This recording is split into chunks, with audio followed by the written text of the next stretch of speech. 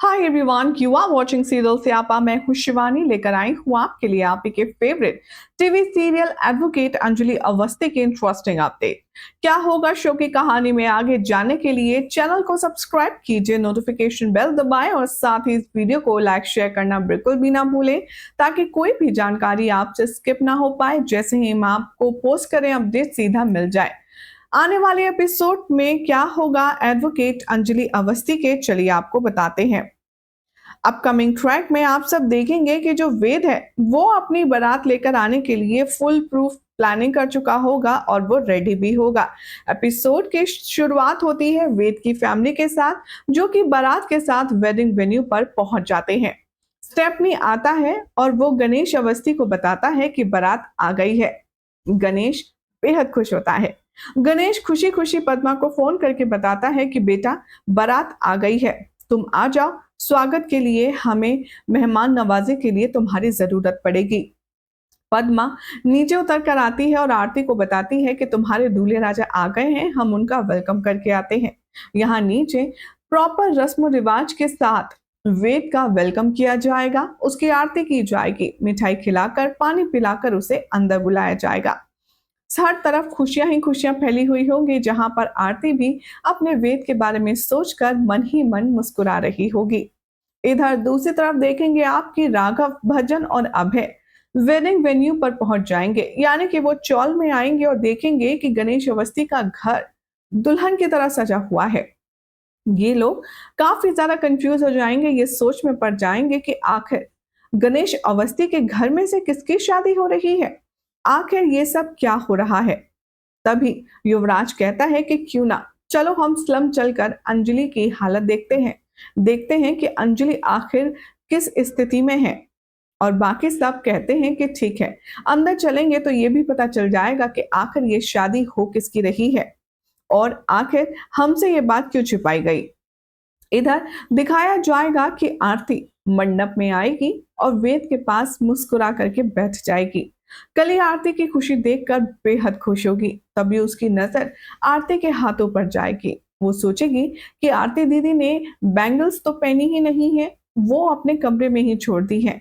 वो दौड़ कर जाएगी और आरती के लिए वो बैंगल्स लेकर के आएगी और उन्हें पहनाने के लिए वो शादी के मंडप में जाएगी। इधर दिखाया जाएगा कि कैसे महक भी इनके साथ आई हुई होगी राजपूत के साथ, और वो देखेगी कि पूरी तरफ शादी के डेकोरेशन से हर एक स्लम का कोना चमचमा रहा है। और उसे याद आएगा फ्लैशबैक में कि कैसे पद्मा ने उसे बताया था कि कैसे उनके घर से आरती की शादी हो रही है। महक कहती है, मैं पहले से ही जानती थी कि यह शादी आरती की हो रही है, लेकिन सवाल ये है कि आरती है कौन, मुझे ये पता लगाना है।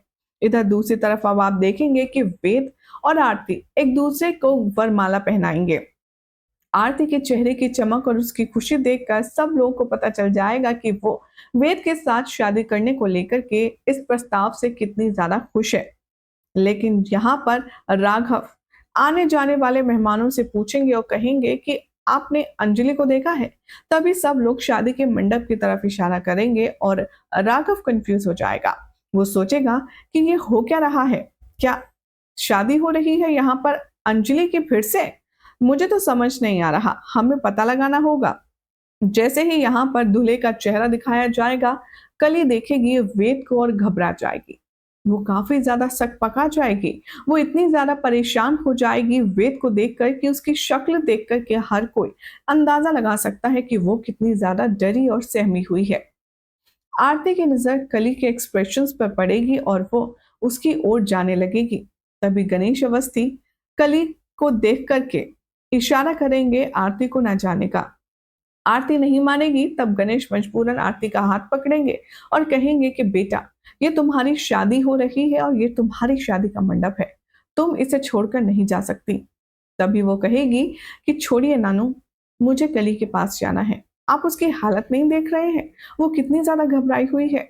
और वो गणेश का हाथ छुड़ा करके कली के पास पहुंच जाती है। वो उसे संभालती है और पूछती है कि क्या हो गया कली, तुम इतना ज्यादा घबरा क्यों रही हो, आखिर हुआ क्या है। कली यहाँ पर कहती है कि दीदी, ये जो शादी के मंडप में खड़े हैं वेद जी, इन्हें मैंने महफिल में देखा था। ये महफिल में मौजूद थे जहां पर मेरे जिस्म की नीलामी हो रही थी। और यही नहीं, इनके परिवार वाले सभी लोग इस धंधे में शामिल हैं। ये औरतों की तस्करी करते हैं, उनकी इज्जत के साथ, उनकी हर एक चीज के साथ खिलवाड़ करते हैं। ये जिस्म फरोशी करते हैं औरतों की। और आपको मैं क्या क्या बताऊं, जब मैं वहां थी तो मैंने वेद जी को खुद देखा था। ये हर एक लड़की की महफिल में मौजूद होते थे। ये बात सुनकर के बहुत ज्यादा टेंशन में आ जाती है आरती। वो कली का हाथ पकड़ती है और शादी के मंडप में ले जाती है। वो कली से कहती है कि अब गौर से देखो और अच्छे से बताओ, क्या ये वही शख्स है जिसके बारे में तुम कह रही हो? कली एक बार फिर से रोती है और दबे और डरे सहमे शब्दों में कहती है, हाँ दीदी हाँ, ये वही है। ये वही वेद हैं जिन्होंने मेरे साथ लाखों लड़कियों की जिंदगी बर्बाद की है। मैं कहती हूँ कि आई एम वेरी श्योर ये यहाँ पर वो ही शख्स हैं जो औरतों की स्मगलिंग करवाते हैं। आरती कहती है, अगर ये सच हुआ ना तो ये मेरा पहला प्यार है और आखिरी भी होगा। कली कहती है, मैं बहुत श्योर हूँ। वेद और उनकी फैमिली पूरे इस गिरोह में शामिल हैं जो कि लड़कियों की जिस्म फरोशी करते हैं और उनको इधर से उधर महफिल के जरिए बेचते हैं और सबकी नीलामी लगती है। ये बात सुनकर के कली पर जोरदार गुस्सा होती है आरती और उसे थप्पड़ भी लगाती है, लेकिन बावजूद इसके कली अपनी बात पर अड़ी रहती है और वो कहती है कि दीदी, आप चाहे विश्वास करें या ना करें, लेकिन मेरा वर्जन हमेशा यही रहेगा, क्योंकि मैंने इनको खुद अपनी आंखों से देखा है। जब मैं भाग रही थी तो मेरी इनसे टक्कर हुई थी। फ्लैशबैक में दिखाया जाएगा कि कली सही कह रही है। जब वो भाग रही थी तब वेद से ही उसकी टक्कर हुई थी और वेद भी वहां महफिल में शामिल था। वेल, अब ये कोई बड़ा गलतफहमी है या वाकई में वेद एक मुखौटा लगाकर आरती से शादी करने के लिए आया है, ये तो बहरहाल वक्त बताएगा कौन सही कौन गलत। लेकिन फिलहाल तो अगर आपको ये अपडेट पसंद आई हो तो इस वीडियो को लाइक शेयर कीजिए, चैनल को सब्सक्राइब करें, नोटिफिकेशन बेल दबाएं और देखते रहिए सीरियल स्यापा।